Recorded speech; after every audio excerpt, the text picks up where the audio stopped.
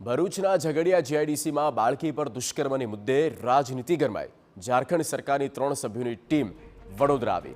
ભોગ બનેલી બાળકીનો પરિવાર મૂળ ઝારખંડનો વતની છે। બાળકીના પરિવારને મળ્યા બાદ ઝારખંડના મહિલા મંત્રીએ સવાલો કર્યા। બાળકીની ચિંતા કરી સોરેન સરકારે અમને અહીં મોકલ્યા તેવું દીપિકા પાંડેસિંહ દ્વારા કહેવામાં આવ્યું। ઝારખંડના મજૂરો જો અહીંથી જતા રહેશે તો ગુજરાતમાં ઉદ્યોગો ઠપ થઈ જશે। અહીં રહેતા ઝારખંડના મજૂરોની સુવિધાની જવાબદારી ગુજરાત સરકારની। પીડિત બાળકીની હાલ વડોદરાની એસએસજી હોસ્પિટલમાં સારવાર ચાલી રહી છે। अन्य राज्यों में आज गुजरात में आकर के झारखंड के मजदूर काम कर रहे हैं। यहाँ से अगर वापस चले जाएंगे तो गुजरात का जो इंडस्ट्रियल बेल्ट है वो ठप हो जाएगा।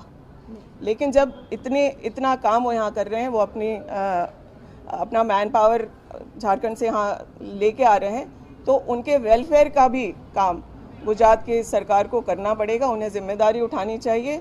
वो जिस वर्किंग कंडीशन में काम कर रहे हैं, इस तरह के जो कंपनीज़ हैं, वो क्रेश की सुविधा हो, बच्चों को स्कूल जाने की सुविधा हो। नोंधनीय है कि बाळकी पर बलात्कार करनार आरोपी पण मूळ झारखंडनो ज वतनी छे। जो कि आ मुद्दे झारखंडना महिला मंत्रीए जणाव्युं हतुं कि अपराध करनारनो कोई धर्म जाति के राज्य नथी होतुं, परंतु जो गुजरातमां प्रवासी मजूरो साथे आवुं कंई घटे तो ते जोवानी जवाबदारी गुजरात सरकारनी छे। कोविड समय पण गुजरातमां झारखंडना लोकोने योग्य सारवार न मळ्यानो તેમણે आक्षेप लगाव्यो હતો।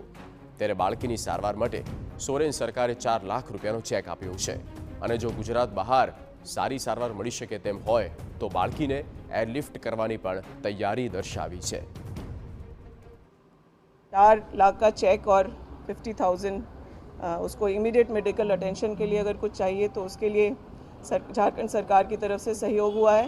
और साथ ही साथ हम लोगों ने यहाँ के प्रशासनिक पदाधिकारियों को, हॉस्पिटल के मैनेजमेंट को यह भी बताया है कि अगर हायर सेंटर पे जाने की ज़रूरत है, अगर गुजरात से बाहर कहीं इन्हें और बेहतर ट्रीटमेंट से इनके हेल्थ के कंडीशन को इम्प्रूव किया जा सकता है तो एयरलिफ्ट करना पड़े, बेहतर सेंटर पे ले जाना पड़े, तो उसको भी झारखंड गुजरात गवर्नमेंट हम लोग से साझा करे, ये हम लोगों ने बात रखी है। हाल पीड़ित बाळकी હોસ્પિટલમાં સારવાર લઈ રહી છે અને તેની તબિયત સ્થિર હોવાનું ડોક્ટર જણાવી રહ્યા છે। જો કે હાલ આ અંગે વધુ ખુલાસા કરવાનું તેમણે ટાળ્યું હતું। દર્દી અત્યારે અમારા પીઆઈસીયુ વોર્ડમાં દાખલ છે અને એની જે પણ સારવાર કરવાની છે એ યોગ્ય ઢબે ચાલી જ રહી છે। અમારા નિષ્ણાત તબીબો એની પાછળ લાગેલા જ છે। પરિસ્થિતિ કેટલી ગંભીર છે? પરિસ્થિતિ હાલમાં થોડી સ્થિર છે।